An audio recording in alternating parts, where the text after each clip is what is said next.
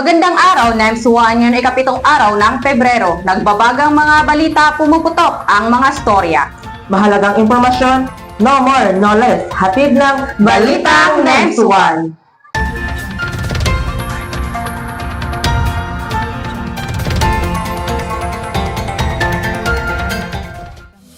Unahin po natin ang landslide sa Davao de Oro, hindi bababa sa 11 ang sugatan at mahigit 4 na po ang nawawala matapos matabunan ang ilang bahay at 2 bus sa barangay Masara, Martes ng gabi.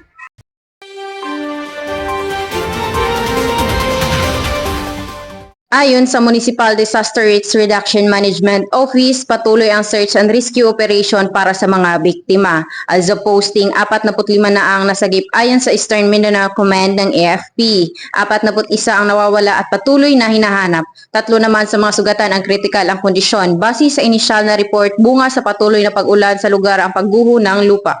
Kaisa po kami sa mga umaasang marami pa ang masasagip.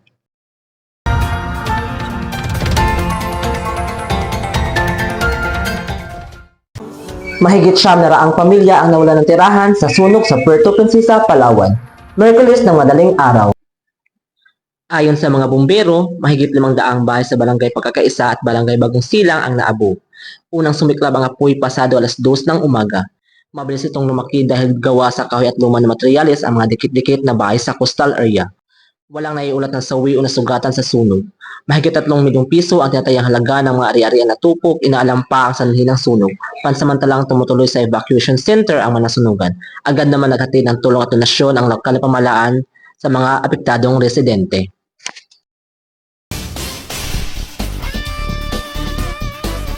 Smart Sound. Magandang araw ng Suwan. At ito naman ang kalagayan ng panahon para bukas. Pumasok na po sa Philippine Area of Responsibility ang low pressure area na nasa silangan ng Visayas. Muli itong nakita sa layong 630 kilometers, silangan T1 Eastern Samar. Nagdudulot ng pag-ulan ang draft extension ng low pressure area sa Bicol Region, Visayas at Mindanao. Sa Southern Bicol, malakas din ang tsansa magkaroon ng thunderstorm pati na rin sa Zambales, Cabanatuan at Baguio. At sa Visayas, pinakapiktado ang Samar at Leyte. At sa Mindanao, malakas ang pag-ulan, partikular sa Bukidnon at Compostela Valley. Diyan ang lagay ng panahon. Ito po si Rowlin at laging tandaan ang buhay ay weather lang.